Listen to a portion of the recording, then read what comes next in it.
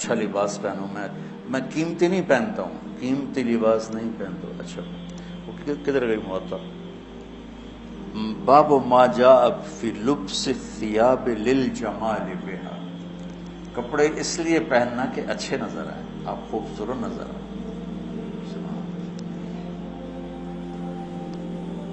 ہمارے پتہ مولوی کے بارے میں کیا تاثر ہے؟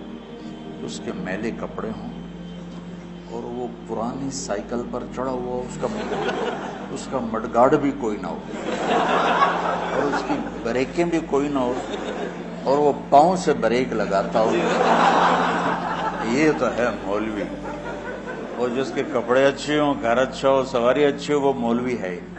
مجھے ایک نوجوان نے پکڑ لیا, تم کیسے مولوی, اتنی بڑی بڑی گاڑیوں پہ چڑھتے ہو اور اتنے تمہارے پاس جائیداد ہے, اور مولوی تو سائیکل پہ ہوتے ہیں. Created with free version for non-commercial use. یہ انگریز نے تاثر بٹھایا ہماری نسل مولوی کے بارے میں. تو میں مہنگے کپڑے نہیں پہنتا ہوں, میں صاف ستھرے کپڑے اور صاف رہنے. اب میں جب مدرسے آتا ہوں آپ کو دیکھ کے میری طبیعت خوش ہو جاتی ہے کہ سارے ماشاءاللہ اجلے اجلے نظر آتے ہیں, اور کوئی ماشاءاللہ نسواری کوئی نہیں ہے.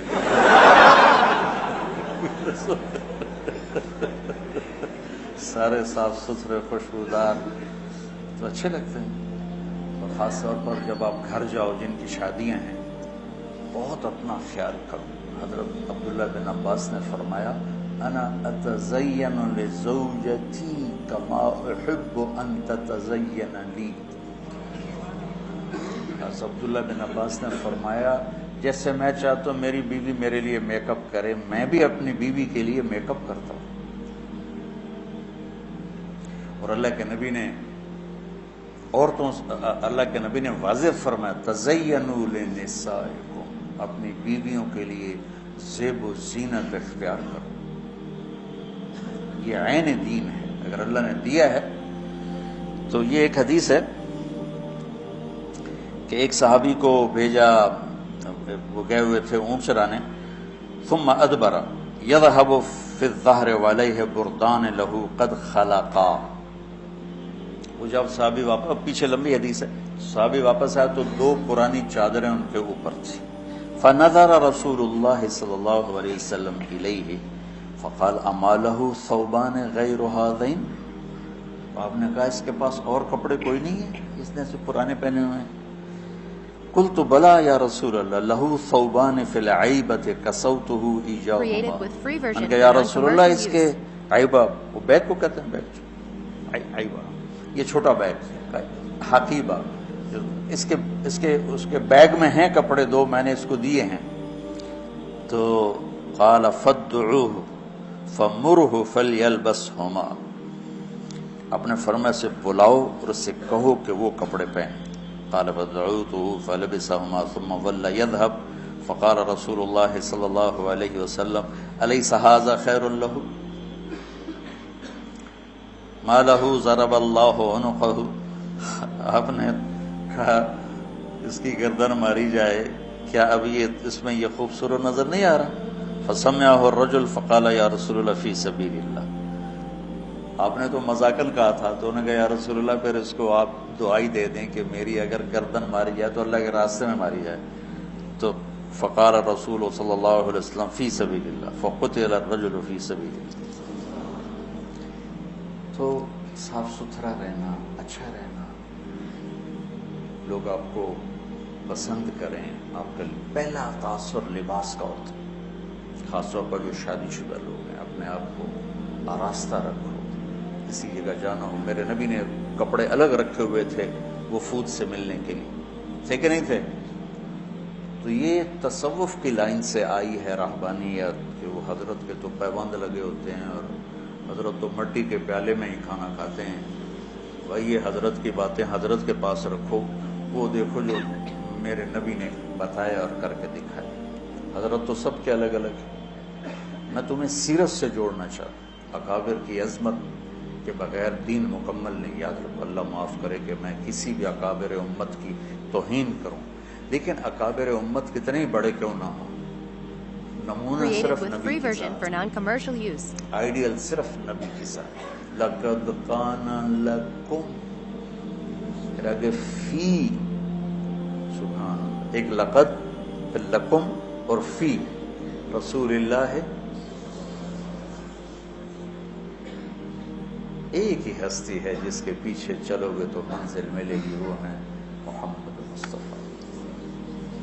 محبتیں بانٹو، محبتیں تقسیم کرو، نفرتوں کی آگ کو بجھاؤ اور اسلام پیش کرو. اسلام پیش کرنے کی مثال کیا ہے؟ میں کہتا ہوں بھائی جو 5 وقت نماز پڑھے گا اللہ اسے جنت میں جگہ عطا فرمائے گا. یہ تو ہو گیا اسلام. اور مذہب کیا ہے؟ یہاں ہاتھ نہیں باندھنے، یہاں باندھنے ہیں، نہیں یہاں نہیں باندھنے، یہاں باندھنے ہیں. یہ ہو گیا مذہب. تو مذہب کی تبلیغ نہیں کرنی، اسلام کی تبلیغ کرنی. اپنی ذات کے لحاظ سے میں بار بار دہراتا ہوں کہ میری بات کو کوئی غلط نہ لے جائے. اپنی ذات کے لحاظ سے ہم امام ابو حنیفہ کے فتویٰ کو مانتے ہیں، اور امام ابو حنیفہ کے مذہب کی وہ تعبیر جو اکابر دیوبند نے کی ہے اس کو ہم راجح مانتے ہیں. راجح یعنی زیادہ صحیح مانتے ہیں. باقی سب کی عزت کرتے ہیں، سب کا احترام کرتے ہیں، سب کو سلام کرتے ہیں.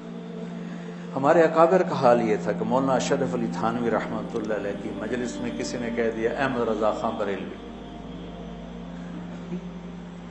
تو حضرت تھانوی اس پر شدید ناراض ہوئے. حضرت تھانوی کیا تو فوری پکڑ ہوتی تھی نا، اتنے بڑے عالم کو اس طرح بے ادبی سے پکارتے.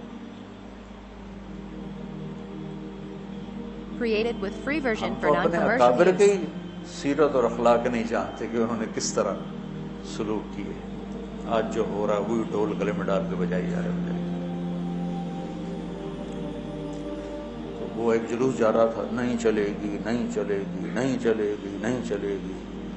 وہ ایک نے کسی سے پوچھ لیا بھائی کس کی نہیں چلے گی؟ کہا مجھے کچھ پتہ نہیں، بس نہیں چلے گی، نہیں چلے گی.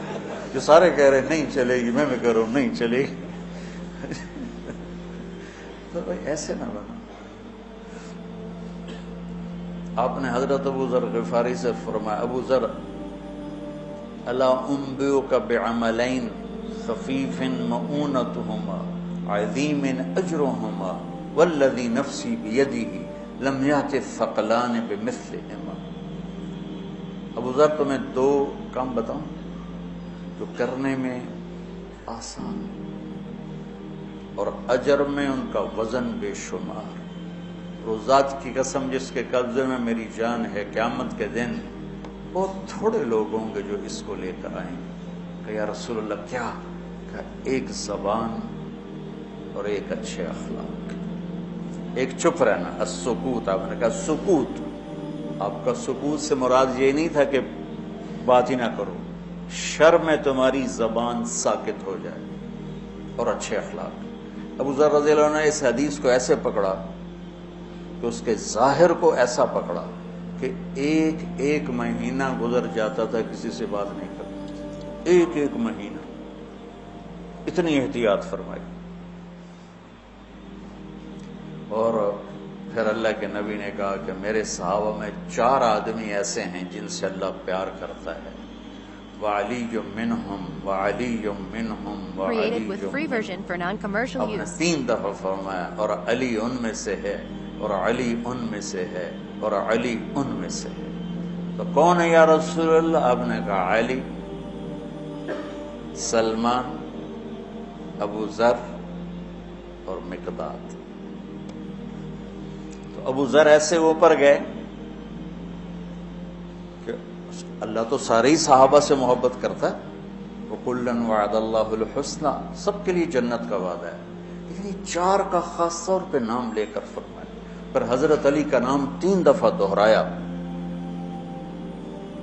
اہمیت بیان کرنے کے لیے. بچوں میری یہ زندگی بھر کی نصیحت ہے، صرف اس درس کی نہیں، کہ اپنی زبانوں پہ قابو رکھیں. جہاں رشتے قریب کے ہوتے ہیں نا، وہاں زبان پہ قابو پانا مشکل ہوتا ہے. کوئی پرایا گالی بھی نکال دے تو آدمی پرواہ نہیں کرتا ہے، اور اپنا اوئے بھی کر دے تو دل پھٹ جاتا ہے۔